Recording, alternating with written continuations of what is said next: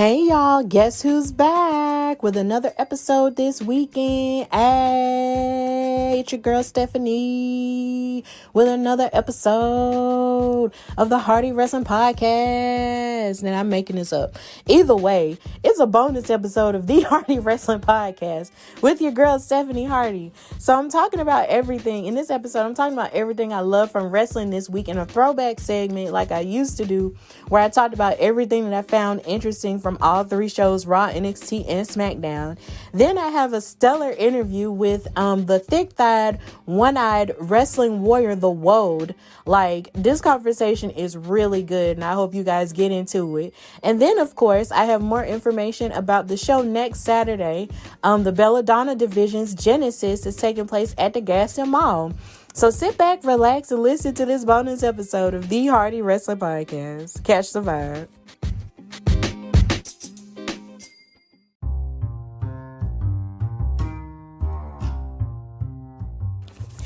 Okay, so in this segment, I'm going to do sort of like a throwback recap. So when I first started the Hardy Wrestling Podcast, I used to talk about everything I liked within the week in one thing, as opposed to separating it by show. By doing a recap on Raw, NXT, and SmackDown. So now I'm basically, to fit in with the whole throwback thing that SmackDown had going on last night, I'm going to do a throwback of all the things I actually enjoyed or the things that really intrigued me on all of the shows. So I'm going to start with Raw now and talk about how Charlotte Flair basically privileged her way and basically politicked her way into a triple threat match for the Raw Women's Championship at Backlash versus Rhea Ripley and Asuka. And she was talking to Sonya Deville here, basically, she kept saying, make it fair for Flair and all this other stuff. And she was just, shoehorning her way in. And I feel like there are a lot of fans online who were talking about how much WWE really just don't get that we just don't want to see her, go for the title again or sort of, shoehorn herself in. But I think that's a part of the point. I think that's a part of the reason why they know we don't want to see her, because they know that ultimately we want to see her lose. But then someone else, mentioned on Twitter during Raw, they mentioned that Rhea Ripley didn't exactly, earn her way, to a title shot either. She just kind of walked up to Asuka and challenged her.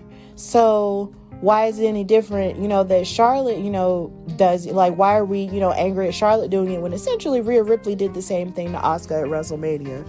And I thought that was pretty interesting.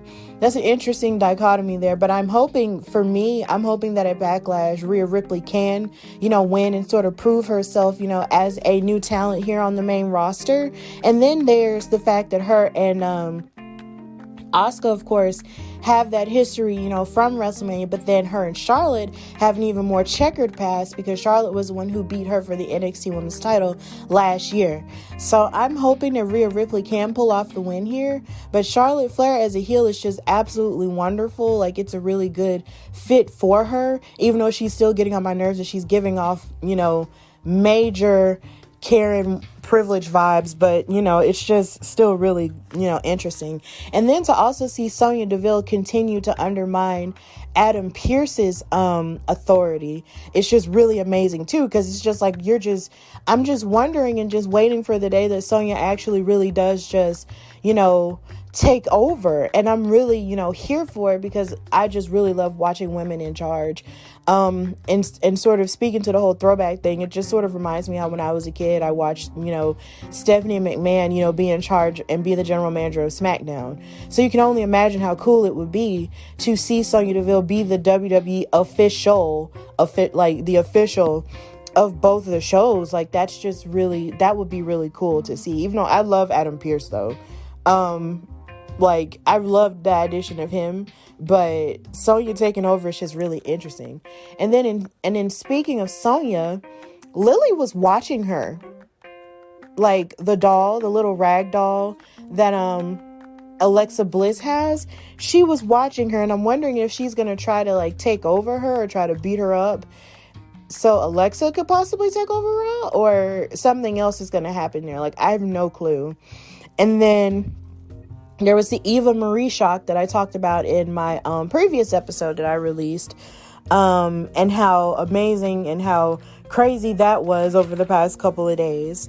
So there's that. She's no longer Miss All Red Everything because now she has pink and or purple hair. I don't know. Sometimes I think I'm a little bit of colorblind, but that's pretty much some of the things I liked in terms of the girls. But then there's one more thing I liked in terms of the girls was that Naomi and Lana were visibly angry and frustrated backstage with how they lost the women's tag team championship match they had against Nia and Shayna due to interference involving Reginald.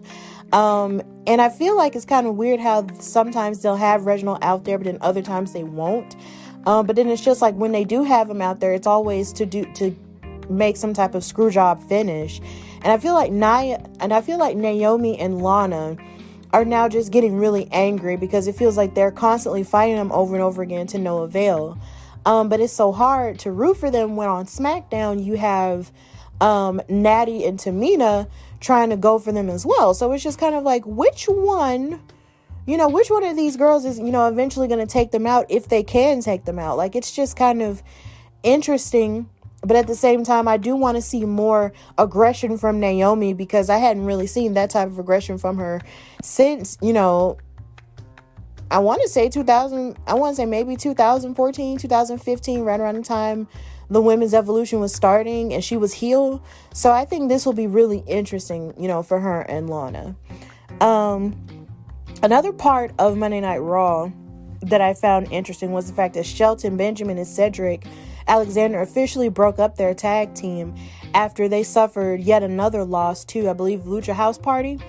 And I think Cedric has all the makings to be a star on his own, even though he started off as a cruiserweight and he is a former cruiserweight champion.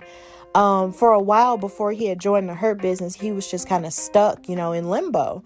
But, he's found his aggression. He found his stride in the Hurt Business. And now the Hurt Business is broken up. And it's just so stupid that they did that. But now Cedric kind of wants to strike out on his own. And I'm pretty sure him and Shelton might have a match, down the road. And I hope they do, because Shelton Benjamin is somebody who is still very much in his prime, even though he's been in the company and been in wrestling for God knows how long. Like, he can still do amazing things, and to do that along with Cedric, who is absolutely amazing. I keep burping. Excuse me. Who keeps doing amazing things as well. It's just, the sky's the limit with that. So I'm really interested in seeing that. Also, I was happy to see Angel Garza fighting in a match and him actually, beating up Drew Gulak. And shout out to Drew Gulak, for training Brittany Blake, who was my last guest on my show in my first episode that I released this weekend. Like, he got beat up by Angel Garza, but then Angel Garza stuffed a rose up his butt, and I was like, oh my God, that's terrible. But it was still good to see him fight, because it's just so weird, because out of the whole, quasi Los Ingobernables that we had with him, Andrade, and Zelina, Angel is literally the only one left. It's like he's the Carmella out of the whole Enzo and Cass thing. It's just like he's the only one left, and it's just like, oh my God, it's just so sad. But here's hoping that he can continue to do more. And I was really happy to see the main roster debut of Mansoor from Saudi Arabia. He used to be a fixture on all the Saudi Arabia shows, of course, when everything was normal. And he would win all those matches, and he would, go over to the Saudi Arabian crowd. So, and then I also read somewhere that he's also been on 205 Live a little bit. So now they're transitioning him to sort of show himself, I guess, in a feud against Sheamus. But it looks like Sheamus is also feuding with Humberto Carrillo, who wants to prove himself, for the United States Championship. So maybe it's going to be a triple threat at Backlash. Who knows? But I still think that's really interesting. So that's really everything that I loved about Raw. And now I'm going to talk about what I loved on NXT. I really love the Leon Ruff Swerve Scott match. Because it showed that Leon Ruff has a whole lot of aggression that, you wouldn't assume that he would have, because he's just a sweetie pie who has like the biggest smile, and he's very small and stuff. But, what he does, in terms of his, kicking and all of that offense and stuff. It's just really cool. And then you have Isaiah Swerve Scott, who's an amazing cruiserweight as well. Like this match was really good, and you can tell, that this feud, is something serious between these two. And this isn't over, because as the match kept going on and as they kept destroying each other, towards the end, you had interference from Swerve's crew, and then they all came out there and beat up on him, which allowed for Swerve to get the win. So I guess, it's only safe to assume that at some point they're going to fight each other again, or maybe Leon Ruff is going to gather, some of his friends so they can all fight each other. But then I was also intrigued at the fact that Brianna Brandy, old girl with the gray braids, who's like super beautiful, like, and stunning, she was a part of Swerve's crew too. And I'm just sitting here like, when is she gonna fight? Like, cause she's been backstage, like, and she used to pop up on Raw Underground and everything. And I was just like, when is she gonna fight? But maybe the Swerve's crew thing is actually gonna become like a faction, and then maybe they will, but I don't know. But it's still cool. Also, I enjoyed Cameron Grimes being ribbed by Ted DiBiase. I feel like that's one of the most amazing things to happen, because it's just like Cameron Grimes is basically, bragging about having all of this money and talking about, how, he can rent out, a part of a club. But then as it turns out, Ted DiBiase, it's like, you don't have money until you can buy out the whole club, bro. And it's just so funny, because I'm just like, you cannot out $1 million the $1 million man. You just can't. And something that I live tweeted during the show was just the fact that I can't get over how I saw him talking to Ric Flair at the Comic-Con I went to a few years ago. Because I felt like I was, it just didn't feel real. Like, it felt like I was in a movie, or like I was watching, these two dudes talk to each other like they do for the Hall of Fame or something. Except I'm actually looking at the TV, but I'm not, and they're actually in front of my face. Like, what? But yeah, that was funny. And then another part that was really funny was Austin Theory, being goofy and talking about how big Scarlett's nails are, and how that basically led to Austin Theory, to Karrion Kross, the NXT champion, wanting his head on a silver platter. And I'm just like, man, you must really love Scarlett to want to kill any man that tries to start some mess with her, huh? I think it's interesting. They're such a creepy couple, and I love it. And it's just, Karrion has his plate full with all the people who wants to fight him. Finn wants to fight him. Kyle O'Reilly wants to fight him. Pete Dunne wants to fight him. Like, everybody just wants a piece of Karrion. But Karrion's going to give him, what for. So I just think that's going to be cool. Another great part of NXT that I love was Zayda Ramir versus Saray. Saray is a really, solid talent in terms of people that they've brought over from Japan. She's really good in the ring, and being able to see Zayda Ramir, who's relatively, who has an independent wrestling background and was trained at Reality of Wrestling Booker T's school, along with Promise Braxton, their current Diamonds champion, who's been on the show before. Watching her, stand up, and basically rise to the occasion of fighting Saray, even though she wound up losing, was still amazing to see. Plus, not to mention, I got a little emotional when Alicia Taylor announced Zayda Ramir as being from Alabama. She mentioned the city, and I can't remember the city right now to save my life. But when she said that she was from Alabama, like, just to hear that just meant the world to me, because it's just like, that just lets me know that there's nothing that Alabamians can't do, especially Black female Alabamians. And the fact that we have one who made it, and trained and got, amazing, and then got to NXT, and now she's here. It's like, we get to hear Alabama all the time now because of her. And then you have Kayla Braxton, who's also from Alabama too.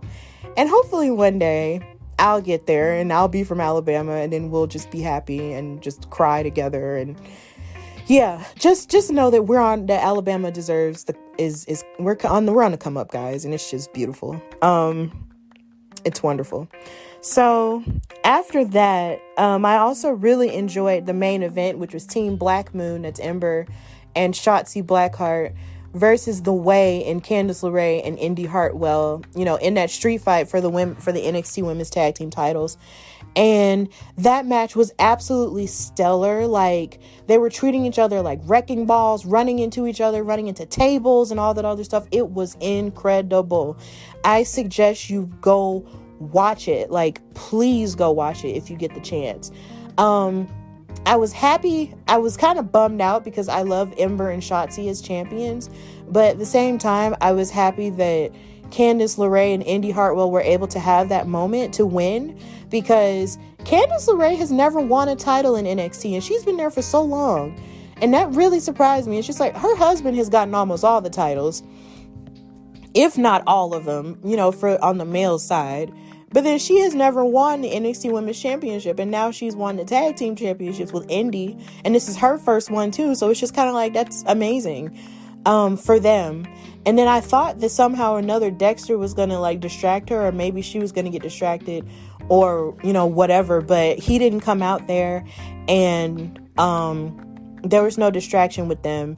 But at the same time, their love story isn't over, and I'm totally shipping Indy and Dexter because it's just cute. And I just don't need for Candice to try to keep her away from Dexter. Like, let them love each other, please, ma'am. I mean, nobody's looking down on you and your romance with your husband. Let Indy get a husband. But I know she's being the mom and over, Indy Hartwell's sort of teenage girl kind of thing. But still, like, let them love each other. It's hot. So yeah, like, that was pretty much all that I enjoyed from NXT. But SmackDown, no, that was fan-freaking-tastic, because it was a throwback week on Fox, and so it, boiled over into SmackDown, and I was wondering, what they were going to do for it, considering SmackDown only, existed it started in 1999, so I was wondering, how they're going to do this throwback thing, and go back to the 80s or the 70s or whatever, but it felt really 80s though in some places. But then of course they showed a lot of great moments, like the Big Show and Brock Lesnar breaking the ring, and then they showed Eddie Guerrero and Vince McMahon in a lowrider, R.I.P. Eddie, and then they also showed Edge and that guy formerly known as Hulk Hogan winning the tag titles, and how he was living his dream and all the other stuff. And and then on top of that, once the show started, you had Roman Reigns, the Universal Champion, come out with Paul Heyman and Jey Uso. And all of a sudden, you hear the Uso music go off, and then you see Jimmy. And I'm just like, oh my God, it's Jimmy! Like, I freaked out because I miss Jimmy so much. And I miss the Jimmy and Jay connection that they have, as brothers and everything, and as a tag team. I've missed them so much. So I was so glad to see him come back and be, who he is and everything. And to see throughout the entire show, the progression of the feud within the family that they've got going on, is just absolutely stellar. It's like Jimmy has been gone all this time, and he's had to watch his brother, sort of pussyfoot behind, I don't mean to say it like that, but pussyfoot behind Roman Reigns over and over again, and he's sort of tired of it because they were their own men, and Jimmy is his own man, and he's basically saying, I'm not about to be, your little lapdog. He essentially said, I'm not going to be your little B word, that's not me. But over the course of the show, you can see Jay and Roman sort of trying to tell him, it's easier if you just do it this way, because if he's not on your side, then you're going to have a bad time. I mean, that's really not what he said, but that's pretty much what he said. And you can see that anytime Jey Uso would get attacked by any other wrestler like Cesaro or whatever, it's just like, you can see the fight in Jimmy Uso's face, like he wants to defend Jay, but then he really doesn't want to defend Jay because Jay has made this choice to be the lapdog of Roman, and he's nobody's lapdog, but he loves his brother. So it's just so hard, but they're acting so well. And then one of the greatest parts about it was just watching Naomi react to everything on Twitter.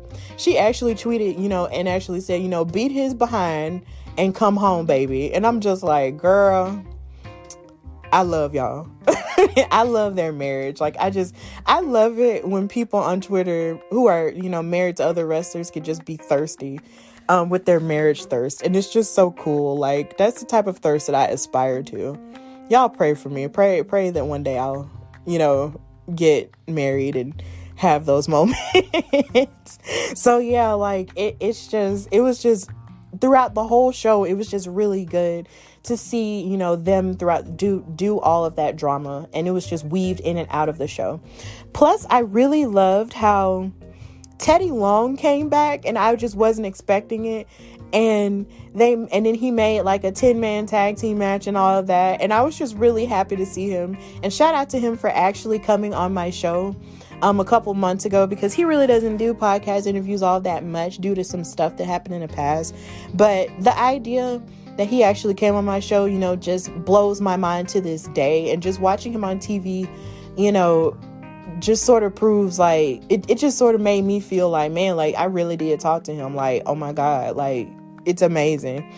And then to see him backstage dancing, teaching Sami Zayn the Teddy Long dance along with Sonya, like that was really cute. Like watching Sonya Deville dance is just like a pretty funny thing. So, and then he tried to book Sami Zayn in a match against The Undertaker, and I'm just like, oh, you're so precious. Oh my God, I can't. Teddy Long is a vibe. He is an eternal vibe, and I'm so proud that he and I are from the same city. So that's just really cool. And I loved everybody's retro outfits. Like Kayla had on, a little bit her little cute outfit and said she looked like Hillary Banks from the Fresh Prince of Bel-Air, which she wasn't lying, because she had those curls in her hair and everything. She was looking all cute and with them boots and stuff.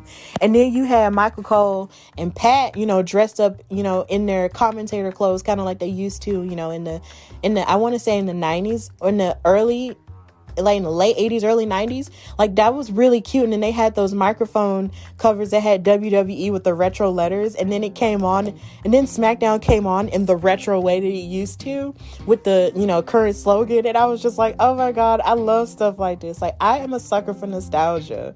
Like I just love stuff like that. I enjoyed it. And they had the CGI fist, and I know a lot of people were really gunning for them to make SmackDown look like it did when it was on UPN. Shout out to UPN. I miss it. And it's just like, even if they didn't do it, maybe they weren't able to, get the manpower to physically take everything down in the Thunderdome screens and everything just to put it up. But at least they tried with the CGI fist. So I still thought that was cool. And I also want to give a shout out to UPN too, because as I've been rewatching the Parkers, it's like since the Parkers and WWE SmackDown were on the same channel, there were a lot of references they made to SmackDown within the Parkers show. And it was just like, man, like wrestling was really that thing back there, like in the 90s and the 2000s and everything. Like they were on the same network, so they made references to each other in this amazing black show. And I'm just like, yes. So yeah, I miss UPN. Making SmackDown references and everything. It's just so cool.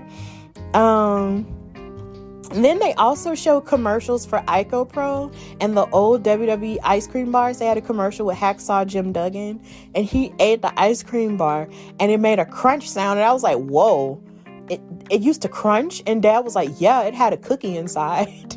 And I'm just like, wow, like it's just stuff like that I find fascinating. And then now they have the ice cream bars, but they're like ice cream sandwiches, but they're still really good though. Like I definitely recommend you try those ice cream bars, but you have to look up what stores they're in, because they're not in every store. Like you're not going to find them at Walmart. Here in Alabama, they're in Publix. But yeah, but just to hear the ice cream bar crunch, and then to know what Ico Pro is even now, is just kind of like, man, like Daddy was explaining to me, what Ico Pro was, and I was just like, why does it feel like everything Vince McMahon does outside of wrestling, just if it's not a movie or something, it just winds up failing somehow? Like, God dang it, like Vince, why? But it's okay. It's okay. At least he can live his life saying that he tried. Some people just don't try.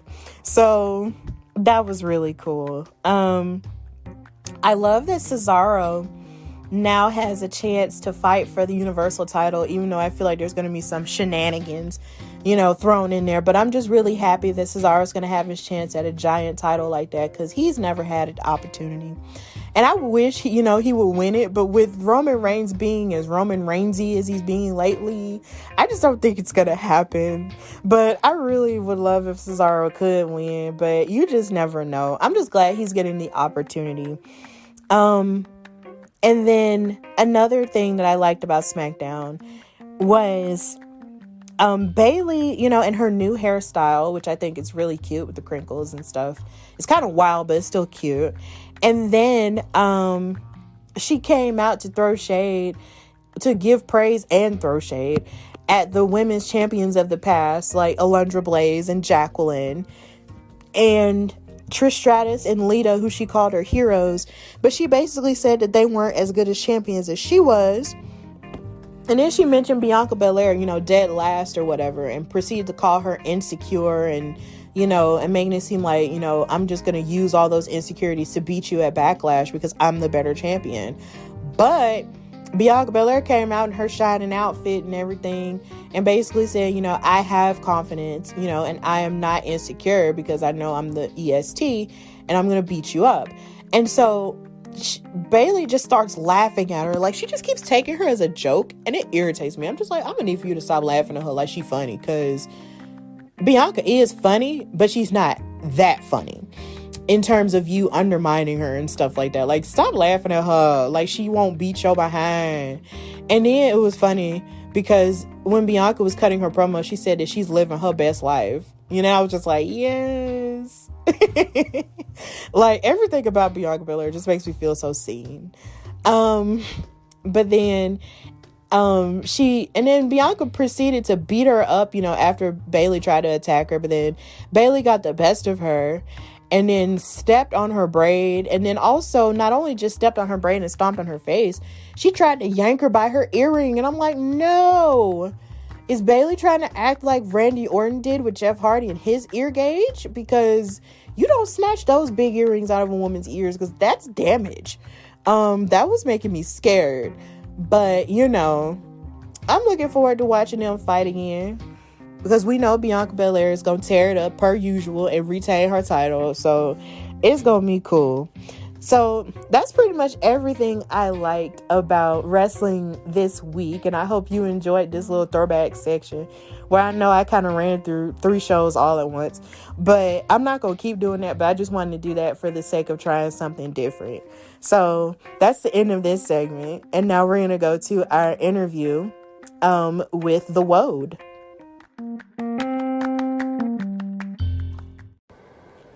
Okay, so I was sitting with my friends one day and they asked me, Stephanie, how do you record your podcast? And I said, with the Anchor app on my phone. And they were like, are you serious? I'm like, yeah, it's that simple. It is absolutely free. There are creation tools that allow you to record and edit your podcast right from your phone and your computer.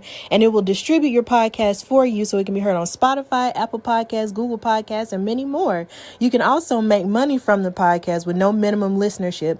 And it's got everything you need to make a podcast in one place. They even have classes and stuff that you can listen to that will give you all kinds of good tips on what you need to do in order to make the best podcast. So if you want to do this, download the free Anchor app or go to anchor.fm to get started. That's anchor.fm, or download the free Anchor app to get started.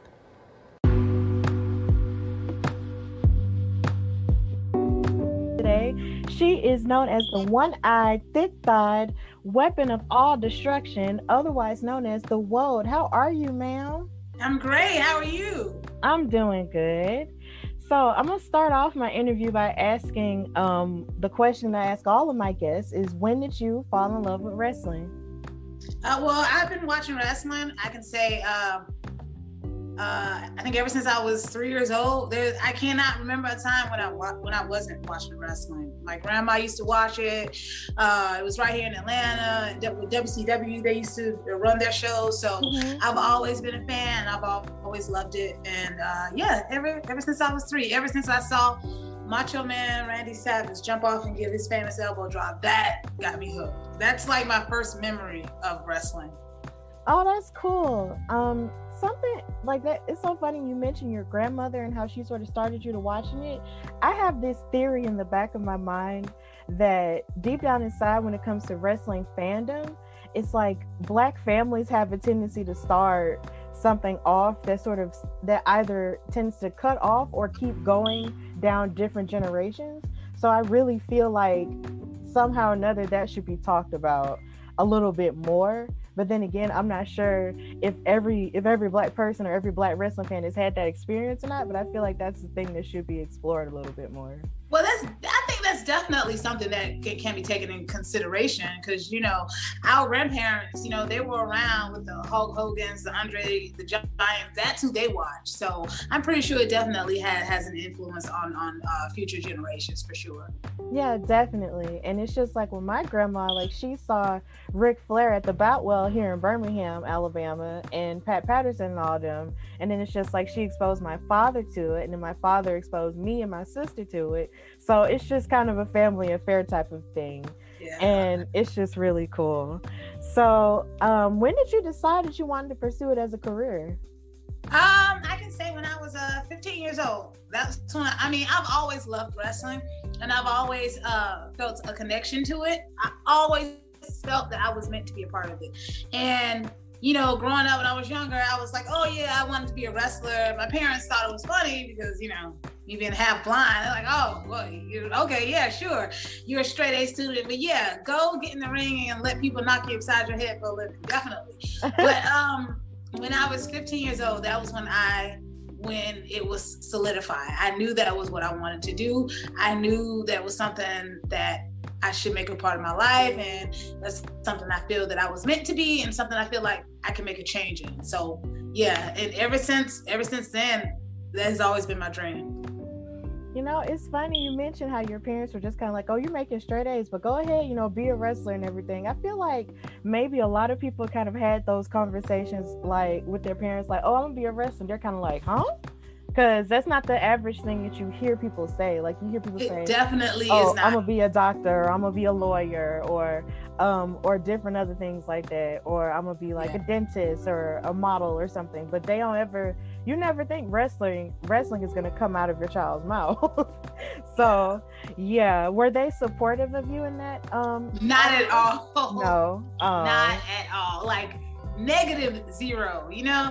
And it really kind of bummed me out, because, you know, it's your parents, and, you know, you want them to see that this is your life and this is your choice, and you want them to know that, you know, that they support what you do, even if they don't agree with it. And I did not get that from my parents, my friends, or my family. Now I do, and that's all. That's what really makes me happy, because, you know, I could sit around, I can, you know, still think about the times when my dad wouldn't talk to me because I chose to, you know, not go off to college, not go to school, but become a wrestler. You know, he stopped speaking with me. He made me stop speaking with my siblings. And it was really rough, because coming from a large family, that was like the first time I really felt alone. And I told myself, well, you know, if I got to be alone to make this dream happen, well, that's what I'm going to do.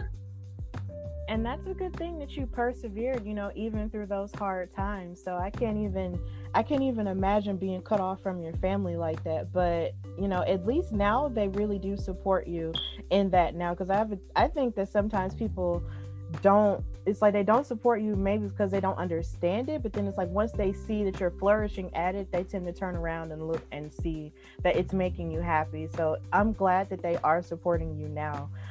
Even though it started off kind of rough in the past. So how did you pursue your training when you decided to go all in on it?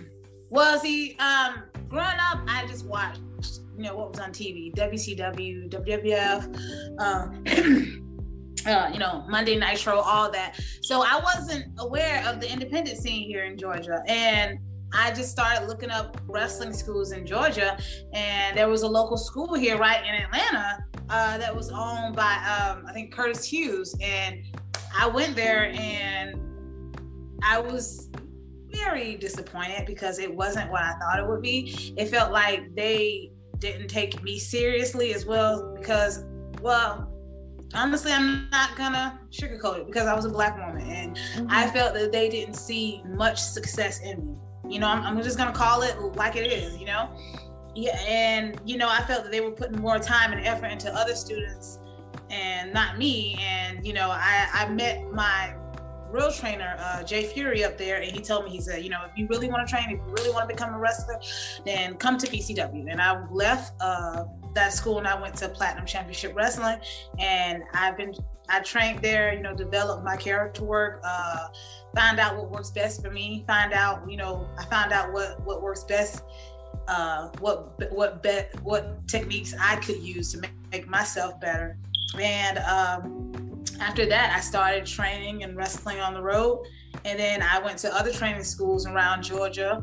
And, right now I train with Nick Patrick up at Deep South Wrestling. And that's where I've been for a few months now. And I love it. And it's a great place to basically perfect your craft. It's a great way to make yourself better. It's a great way to really get yourself the way you want yourself to be in this business.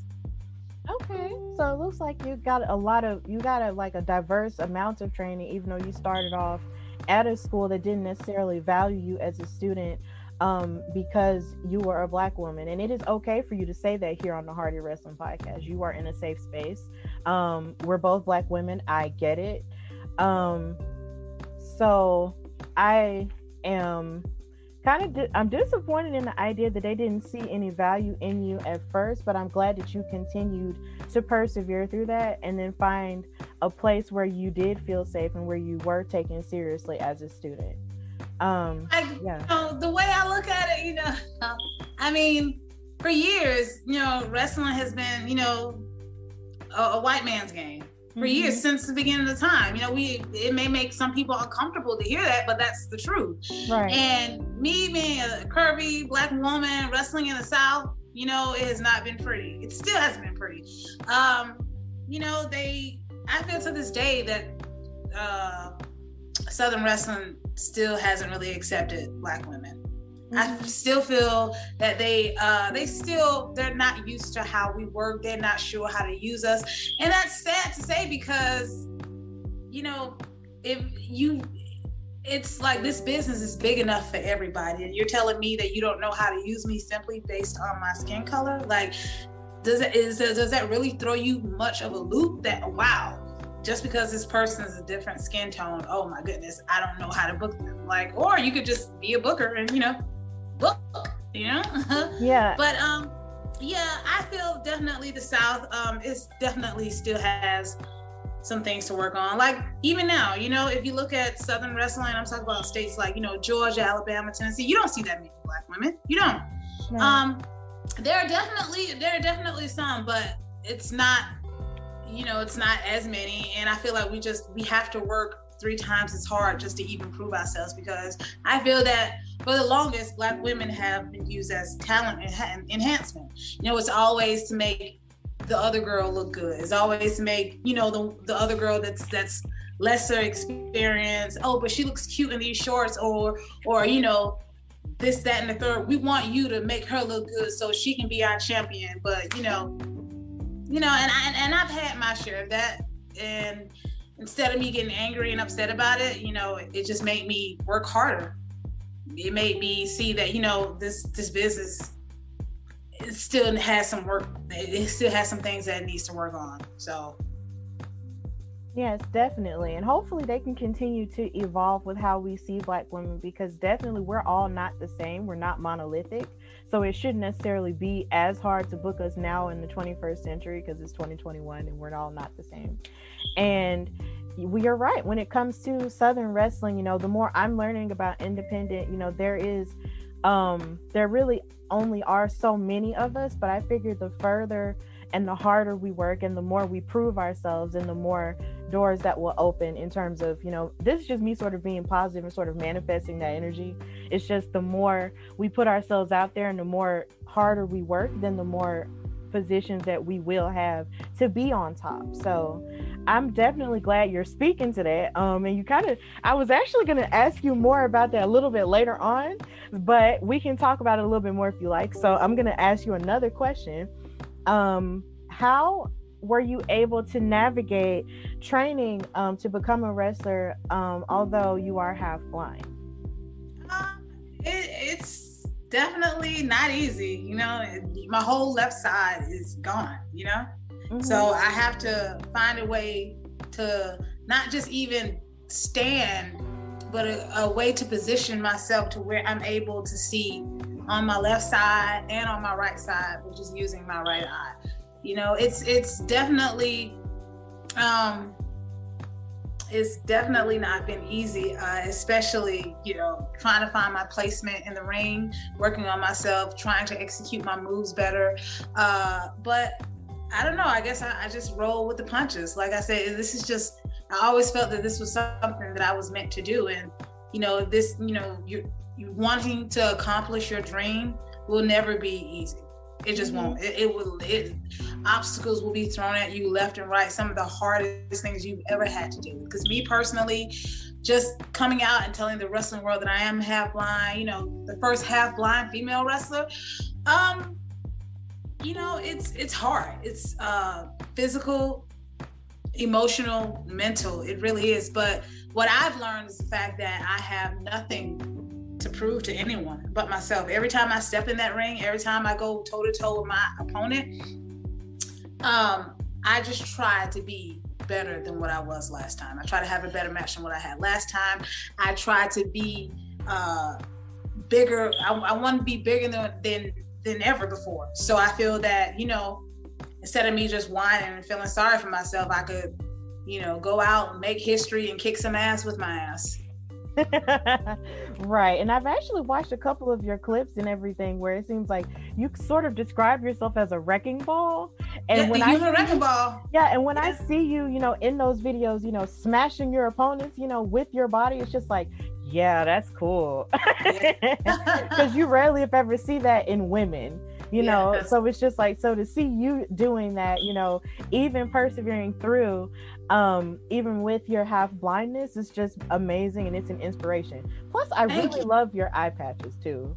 Oh, thank you. They're so cute. Like, I love them. You just look like an amazing, pretty pirate. It's amazing. Thank you. I mean, you know, we gonna add style with it. You know, we always gotta add style with what we do. That's just us. Like, right. I'm not gonna sit here and just feel, oh, what was me? I'm not gonna feel sorry for myself. Oh no. See, the first thing you gonna notice is the eye patch. I guarantee you. Yes. That's the first thing you gonna notice.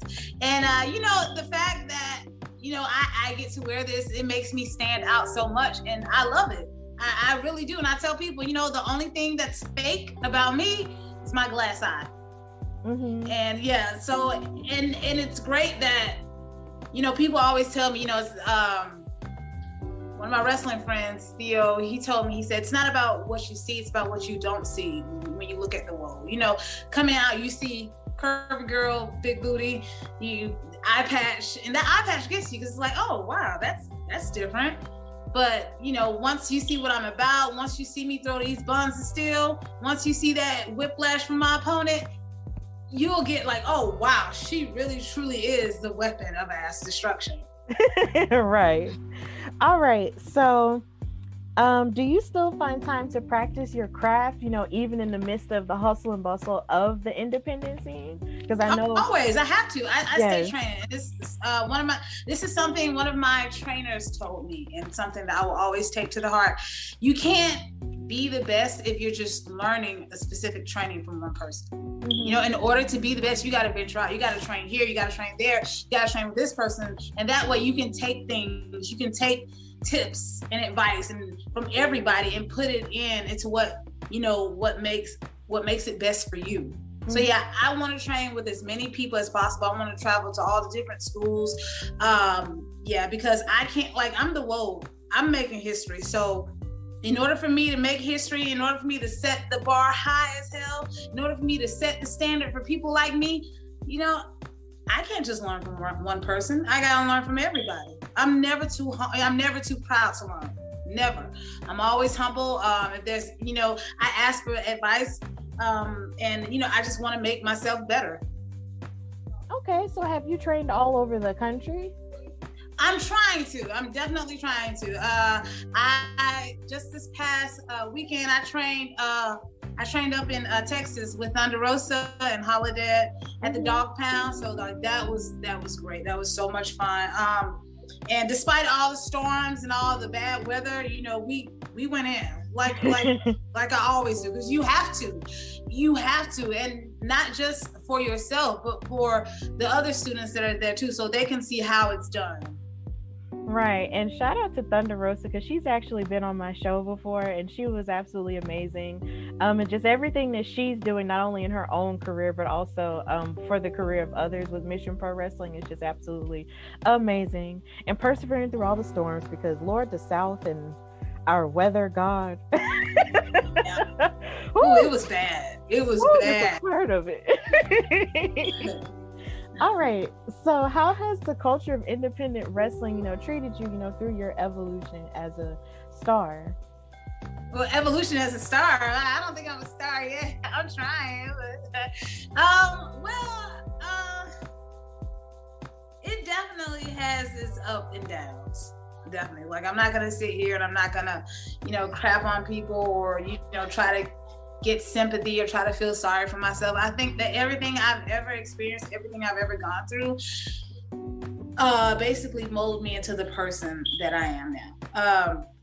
I feel that I'm evolving, but I feel that the WOAD is my final evolutionary stage. This is who I'm meant to be. It feels right. It feels like it's my own. And that's what I want to bring into the wrestling world. Wherever I go, I want to be brought in simply as the WOAD. It's not like, oh, we just want another talent. No, I'm not trying to be something that they need. I want to be something that they've never seen before.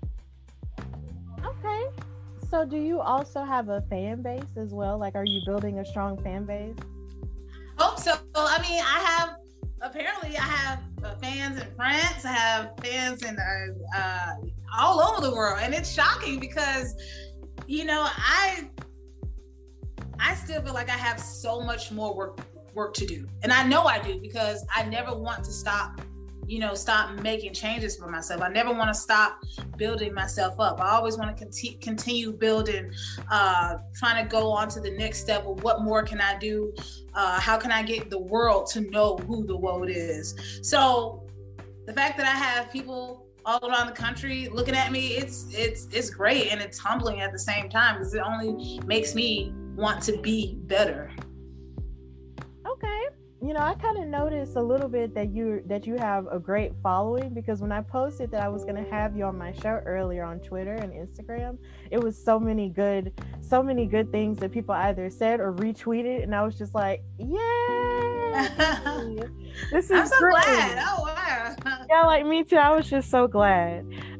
So as you know, there's been this pandemic, this panorama, this Panasonic that's been affecting everyone. So how has it affected, your career, and how have you been able to sort of pivot through that? Well, it definitely put a lot of things on hold for me.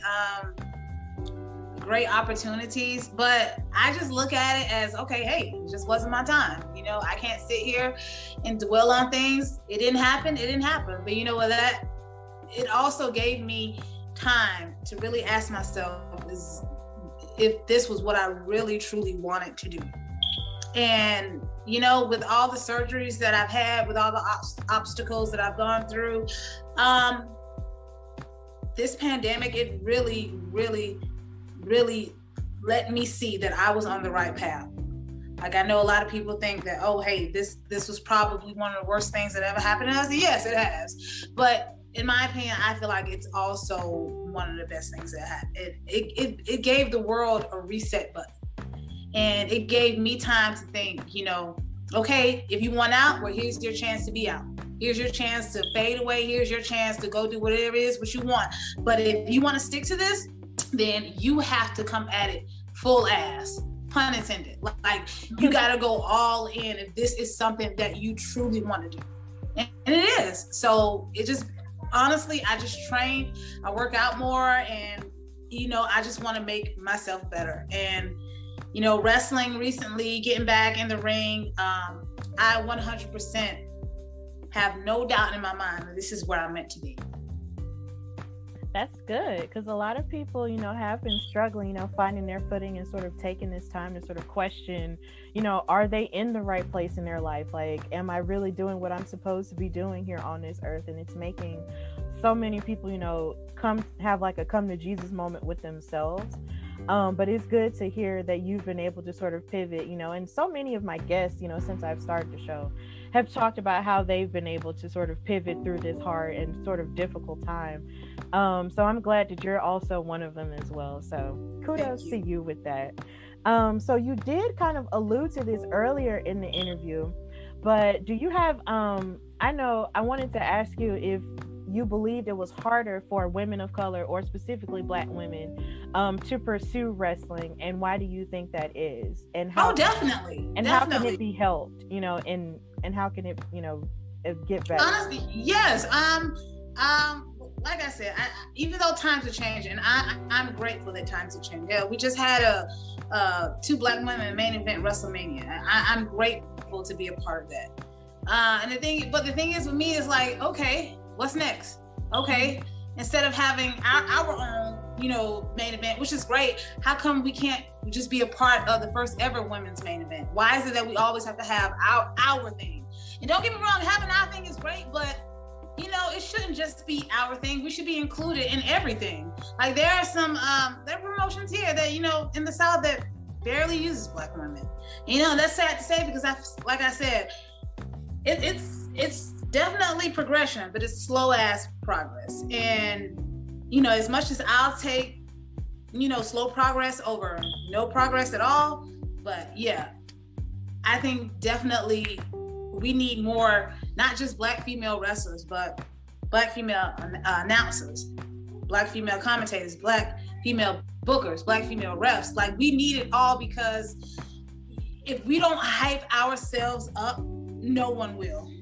They just will, or at least it'll be harder, because we're all trying to claw and we're all trying to get to where we're supposed to be or where we want to be. And yet this business is just telling us, okay, well, you're going to be the last. We're going to get everybody else, but you're going to be last. And it's like, no, this business is big enough for everybody. And we need to show that, hey, just because, you're a Black female wrestler, you don't have to act all hood and ghetto. You don't have to talk about your hair.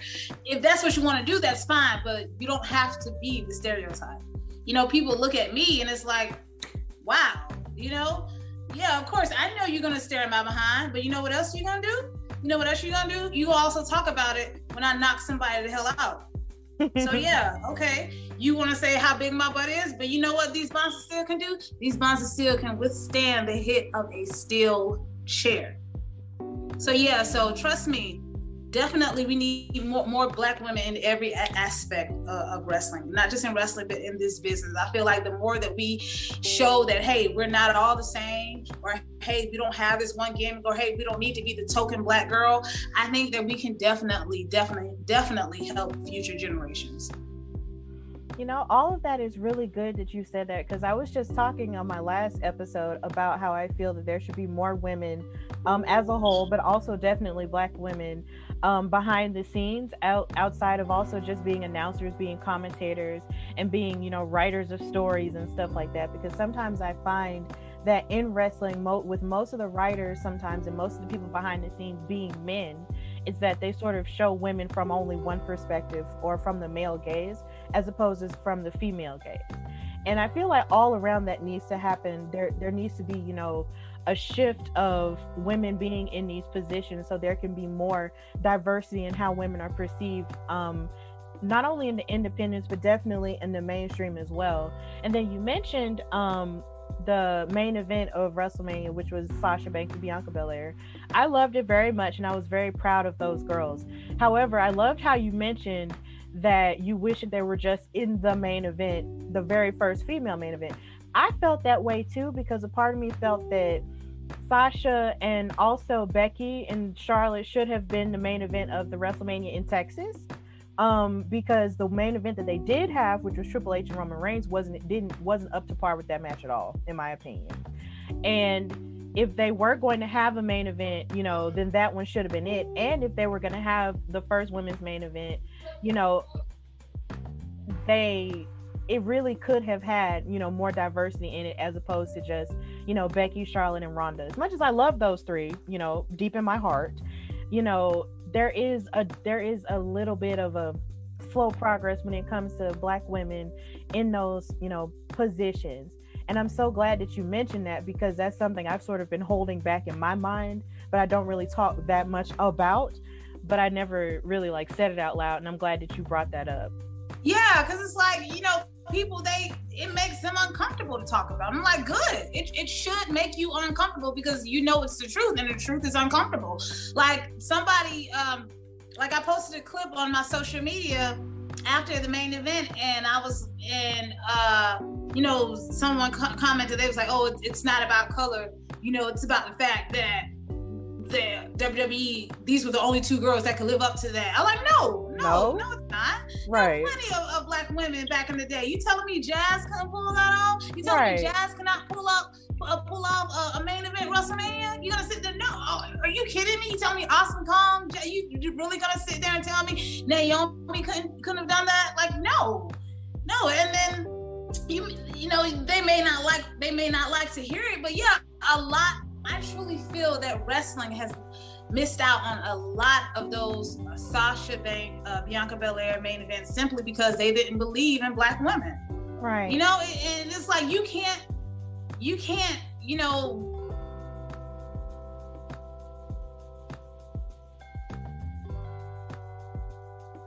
We can wear our hair any way that we want, but you know, we're black. We will always have our melanin. That will always show. And I feel that, you know, black women, you can't make them look anything other than being black. You know, we don't have, you know, we don't have blue eyes. I mean, you understand what I'm saying? But it's like, you cannot not make a black woman not look black. And I feel that, you know, if you are solely based on trying to make a person or a woman not look a specific way because you don't have faith in her, or you don't feel that she can pull off, or if you simply just don't know how to book her simply based on the color of her skin, then that kind of says a lot about you, as not just as a person, but as a booker. Because, you know, equal opportunity, it's exactly what it means, equal opportunity. It doesn't mean, oh, hey, let's give this person this opportunity because, you know, she doesn't look black, or, you know, equal opportunity is giving everybody the equal opportunity. It's for the black girls, for the white girls, for the Mexican girls, for the trans girl, it's for everybody. Right. And I feel that, you know, wrestling missed out a lot of those type matches simply because, you know, they didn't either want to push a black woman, or they didn't have faith in black women. But either way, you know, it's like we've always shown that we can bring it. We've always shown that. And it's just now, like I said, I'll take slow progress over no progress at all. But, you know, I want all of it. I want everything. I want black women to really, really, you know, leave their mark in this wrestling business. No more as talent enhancers, no more as jobbers, no more as making this girl look good just because she's cute. Like, no, if you are the best, then your color, this color of your skin shouldn't matter. Right. And even if the color of your skin doesn't matter, if you see the color of my skin, that shouldn't make it seem like, oh, well, she did this because she's black. See my color and see my heritage and respect my heritage, but just know that that's a motivation for me to be who I am. So I really appreciate you, you know, speaking more about that, more about your experience as a black woman in that. So how important is it to also represent for full-figured women in wrestling? Oh, you know, I have to do it for the big girls, mm-hmm. You know, and it's crazy because I wasn't always like this. I always felt that, you know, back then when I started out, I felt that if I lost a few pounds, or if I looked more like this girl, or if I was smaller, then, you know, I would get booked more, and, you know, that would be what they want of me. But it's not about trying to be what it is that they want you to be. It's what works for you. And I told myself, you know what, no more. I'm not a small girl, and I will never be a small girl, and I love that. And that's no shade to the small girls, but you know, it's about loving and accepting yourself for who you are. And growing up, you know, I used to watch Rikishi, of course. I love Rikishi, and I you know, I would see how he would use his body as a weapon. I'm like, why can't I do that? You know, when I started in wrestling, I was so insecure about my rear end. Like, I would always try to cover it up in my match, and the fans would see that and they would point that out, and it would make me feel even more nervous until somebody told me, they was like, you know what? Use that. Use them bonds of steel. You use that ass. Knock your opponent out. You know, it's there. Might as well. They're gonna talk about it anyway. They might as well give them something to talk about. So I told myself, you know what? As long as I am healthy, and as long as I'm at peace with myself, you know, I love my body. And it took me a minute to get to where I am. But now, like, that's all I want to push out and tell anybody that, you know, that's insecure about how they look or feel that they have to look a certain way. No, the hell you do not. You be you. Because you know why? There is only one of you. I'm pretty sure there are millions of muscle jack dudes or, you know, small girls, but there's only one of you. And if you got a full figure body, use that. That your body can be your most dangerous weapon. And being the WOAD, like, that's something I really want to push, especially for Black women, because you know, look, we've always, people looked at us as being the vixen, the sexual, the one that dances in the music videos. It's all about twerking. It's like, nah. You may look at this behind, but this behind will knock people out, and it has. So, and I just want to show and push that your body can be your most dangerous weapon. Right. And I love all of that. Like, all of that makes me feel good, because I'm sort of, you know, on that journey of trying to embrace my body as it is now, because I used to not be as thick as I am. You can't tell now, but I'm not, you know, I was a little bit smaller in high school, but then it's like I went to college, and then stress happened, and then eating happened, and then I just basically started gaining weight. And it's just, now I'm sort of, you know, on this journey of basically accepting my body for what it is and for how it is, and knowing that it's still beautiful, you know, even though, you know, at times you sort of beat yourself up for not looking how you used to look. But it's just like, now I'm trying to embrace the fact that I'm still, you know, very much beautiful, even though I have changed. So I love that about you. That makes me feel so glad that you do stuff like that. It reminds me of Monique in the 2000s. Like, oh my God, like that was amazing. That was a cool era. So who has been some of your favorite opponents, and who are some opponents that you would love to face in the future? Okay, now as far as me facing, honestly, anybody. Like, anybody. I'll take on men, women, it doesn't matter. Anybody can get these buns of steel. Like, you think you can go toe to toe with the WOAD? Okay, fine. Show me what you got. Just don't get mad at me when you get a concussion, because that's what I do. That's something that is guaranteed. You will see bright lights. As far as my favorite opponents, honestly, gosh, there's so many.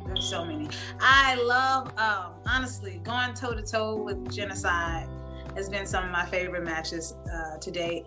It's always great to go against someone that's so much more bigger than you. She's such a challenge. You know, you got to get the monster down. You got to make sure that this woman does not wipe you out, because, you know, it's in the name, Genocide. And then you got Genocide coming your way, that's coming to wipe you out. So going toe to toe with her, like, it's just great. I love, you know, wrestling her. She's such a challenge, and she always brings it. And I always have to be on my P's and Q's with her. My match against honestly, I gotta say, Alejandra Lyon, even though she didn't get the W, that girl is gonna be great. And you know, she definitely has all the makings to be a star. And I love my Mission Pro match with her. She really, really brought it. It's just, you know, it just wasn't enough to take down the WOAD. But yeah, I love wrestling her, and I would love to have another match with her again. I really wanted to have a match. I really want to have a match. Hopefully, if she ever returns back to wrestling with Faye Jackson, I would love to have that one-on-one match with her, something that's never happened before. And yeah, I'm just sad that it's never happened, but it's hopefully something to look forward to if she returns. I hope she does, because I don't think anybody can stay away from wrestling too long. Yeah, that's kind of the thing. Wrestling's kind of like a drug that way. It's just like not promoting drugs or anything, but it's just like, it's kind of like a drug. It's like 1 minute you say you stop, and then the next minute it hooks you right back in. You know, you're like, I retired, and you may be gone for like maybe a year or 2 or 3 maybe at the most. Yeah. Then you wind up popping right back up. Yeah. All right, so do you have any like aspirations to become a wrestler in the mainstream, like with WWE or AEW or Impact? Oh, definitely. You know, whatever company wants to make history by having a first half blonde female wrestler, they know where to call me. They know where to hit me up. And me personally, I want the WOAD to be a worldwide name. I want it to be as big as The Rock, you know? And I know that's high aspirations, but heck, if I don't set it for myself, who will? Yeah, right. And heck, I even want to be bigger than that. So yeah, I want the WOAD to be a worldwide global phenomenon. I want to have stadiums filled with fans chanting and screaming, "WOAD, WOAD, WOAD!" Like, that is what I want. I want to leave my mark in this wrestling business, unlike anybody has ever had before or ever will. Like, that's really what my goal is, and to inspire more people like me. Like, if you're visually impaired, or if you're blind or half blind, just never give up on your dream. Or if there's anything, like if you lost a limb, if you lost an arm, just never give up on your dream, because you know this is your life. Can't nobody tell you how to live it. You know, I've been told no countless times, but you know, I pushed myself even harder, because I know that this was something that I was meant to do, and nobody can tell me no. And I told myself there is only 2 ways I won't succeed. The first one is if I were to go completely blind. That's the only way I want to succeed in wrestling, if I were to go completely blind. The other way is if I stop. And I know I'm not going to stop. So like, I'm 1,000% sure that I will succeed in everything I put my mind to. And I know that sounds so cliche, but it's not even about, you know, if now, it's about when. And until that happens, I'll sit and I will cheer my friends on. I'll cheer other wrestlers on. But yeah, I'm sitting here. I'm just waiting patiently. You know what they say? They save the best for last. So I'll sit and wait. All right. So, who are your top 5? This is more of a fun question. Who are your top 5 wrestlers, male, female, or non-binary? Now or in the past, you know, or a mixture of all of it, you know, just, you know. It's Stone Cold, The Rock, Booker T, Jazz, and Rikishi. Okay, that's pretty solid. So how excited are you for next weekend? We have the BellaDonna Division event Genesis coming up. So how pumped are you? I know I'm pumped for it because I'm working it, you know, as a commentator for the very first time. But how pumped are you? Well, I'm kind of excited and kind of upset about it, because I feel that I should have been the BellaDonna Division champ a long time ago. But now they want to have this tournament, and that's fine. Okay, it'll just give me more opponents to knock down. It'll give me more faces to misshape. It'll give me more bones to break. So that's on the BellaDonna division, because I should have easily been made champion by now. But if they want to go ahead and have this tournament, I'll play along. I'll happily play along. And even though they've yet to release my opponent, which is all fine and dandy, yeah, whoever whoever chooses to get in the ring with the WOAD, just don't take this ass whooping personal. Like I said, it's what I do best. So yeah, do not take this Buns of Steel beat down to heart. Well, we definitely cannot wait to see that beatdown and whoever is going to be taking it next Saturday at the Gaston Mall. Please get your tickets, guys. It's going to be cool. So, what does the future hold for the WOAD? Everything. Everything and anything. That's probably the shortest answer I've gotten to that question, but I love it though. It was very concise. Well, thank you, ma'am, for coming on the Hardy Wrestling Podcast. So if you want to take this time to put yourself over and tell people where they can find you and follow you. Yes, I'm very active on social media, especially Twitter. I'm trying to get into TikTok more, but it's mostly just me posting dog videos of all the dogs that I've acquired. But yes, I'm on Twitter. I'm also on Instagram, and I'm on Facebook page. Just type in the search bar the WOAD, and you'll see me. And if you also want to get some merch, you can get this on You can get this on Fully Gimmick, and I also have the face mask. It's on luchawear.art. You want to get face masks and t-shirts because we all gotta wear face masks. I'm also on prowrestlingtees.com/thewoad, and I'm also on YouTube too if you want to look up some of my matches. Yeah, it's gonna be a sight to see May 15th. Well, thank you so much for coming on the Hardy Wrestling Podcast. And also as a bonus nugget, girl, did you really do your own theme song? I did. That's fine. I had to. Because I wanted my own theme song, but it's hard trying to explain the weapon of ass destruction and not have it come off sexually. You know, I'm a female, I got a big ass, so trying to tell somebody, hey, I want this to be about the brutality, not the sexuality. Mm-hmm. And it's just hard to do that. So I told myself, you know what? How can they understand what the WOAD is if I don't understand what the WOAD is? So the only way for me to do that is to show them who the WOAD is in my own words. And that's what I had to do. Well, I find that that's really cool. You're kind of in the same vein as, Shawn Michaels and a lot of different people, have been when they perform their own theme songs, like the Usos and Naomi and them. So that's a cool thing that you did your own song. So I actually listened to a couple of seconds of it. I was like, this is fire. Yeah. But thank you again for being on my show. And I can't wait to see what the future holds for you. And yes, you are a star because I said so. So thank you for having me so much. Really, this was so much fun. Yes. All right. Thank you. Thank you.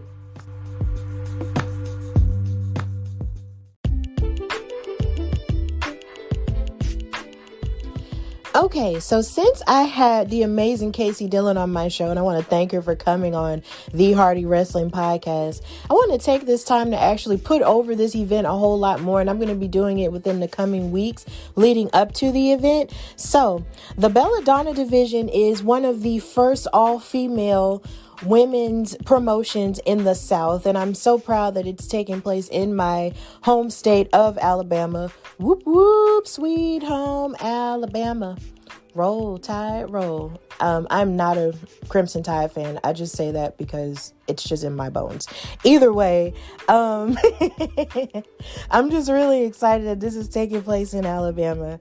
So the event Genesis is taking place on Saturday, May the 15th, 2021 at the Gaston Mall in Gaston, Alabama. And if you need the address, here it is. It's 1001 Rainbow Drive, Gaston, Alabama 35901. The general admission for tickets is $15 and ringside seats are $20, and the doors open at 6 p.m. But before the doors open for the Genesis event itself, Legendary wrestler and all-around future Hall of Famer Jazz is going to be having a wrestling seminar that you can sign up for only $50, and that's going to take place at the Gaston Mall from 3 p.m. to 5:30 p.m. So if you want to take that opportunity to learn from one of the greatest women's wrestlers of all time, please do so. Go and get this class, And plus, she's also booked, to wrestle with us, on that show too. So please take that opportunity to do that as she goes on her retirement tour. And then after that, of course, you have the Genesis event, and it's going to feature some of the greatest, talent that we have, in women's wrestling today. Some of these women have, various backgrounds and various different, fighting styles, and they have fought all over the world and competed in various promotions, some of them even in WWE a couple of times, and some of them on Impact and other places as well. So first we have NWA legend Joyce Grabble's going to be there, Harley Fairfax, Valentina Loca, a UK star by the name of Eden Von England, Jocelyn Navarro, who's a Jamaican superstar, Ariella Nix, Nina Monet, Gabby Ortiz, BB Ryan, Trixie, Shalance Royal, Heather Monroe, Rachel Ray Lynn, Brittany Blake, and the weapon of all destruction, the WOAD, is going to be there. And also, I'm going to be making my official debut as a commentator, and I'm going to be commentating alongside Brittany Hufflin. She is amazing, and we're going to try to, I'm going to try to keep up with her as much as I possibly can, because this is going to be my first time, so I'm really excited, to be a color commentator for this event. Women's wrestling has always been something I've been passionate about. So the idea that something like this, is happening in my home state and I get to be a part of it, just really moves me, and it'll always, touch me to no end. And hopefully, this can be the start of something new in my life. No High School Musical though. So, so we're going to tear it down and we're going to tear it up at Genesis, which is basically, the beginning of things. If you know anything, about, biblical knowledge, Genesis is translated to the beginning. And hopefully this can be the beginning of something great that can continue to happen in the state of Alabama, for women's wrestling. So I'm really excited this is happening. Again, this Genesis is taking place Saturday, May the 15th, 2021, with the doors opening at 6 p.m. And you can buy your tickets at this link that can be found on the Instagram page for the BellaDonna Division at BellaDonna Division, and on their Facebook page, which is the BellaDonna Division. And here's the link. It's https thebelladonnadivision.square.site. But you can find the link on their social media platforms. Please follow them on Instagram and on Facebook. And of course, I'm going to be posting about it on my social media handles as well. So with that in mind, please support women's wrestling. Even the wrestling that you may or may not know about, please support it. The wrestling that's going on in your hometown, please support it. And just, raise your voices for women's wrestling, because there is a revolution happening and it's only going to get greater from here. So please support us and please come out and support women's wrestling here in Alabama.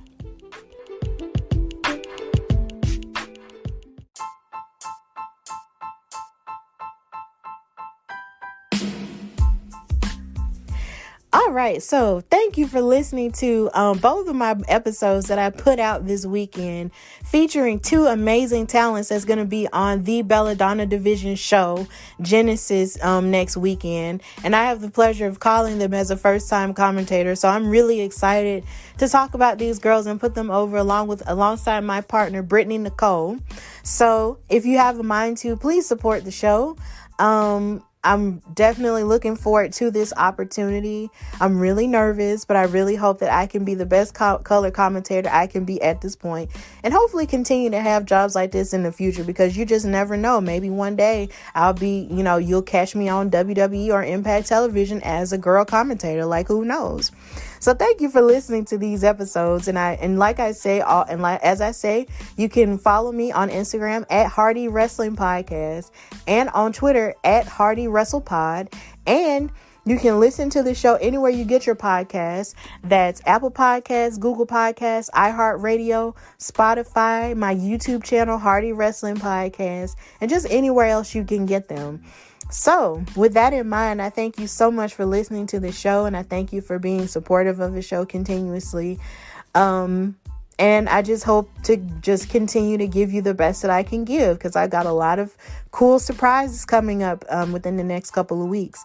So with that in mind, I hope you're staying safe and being your best self. And until next time, this is the Hardy Wrestling Podcast with your girl, Stephanie Hardy. Bye, y'all. Yeah, that's a note.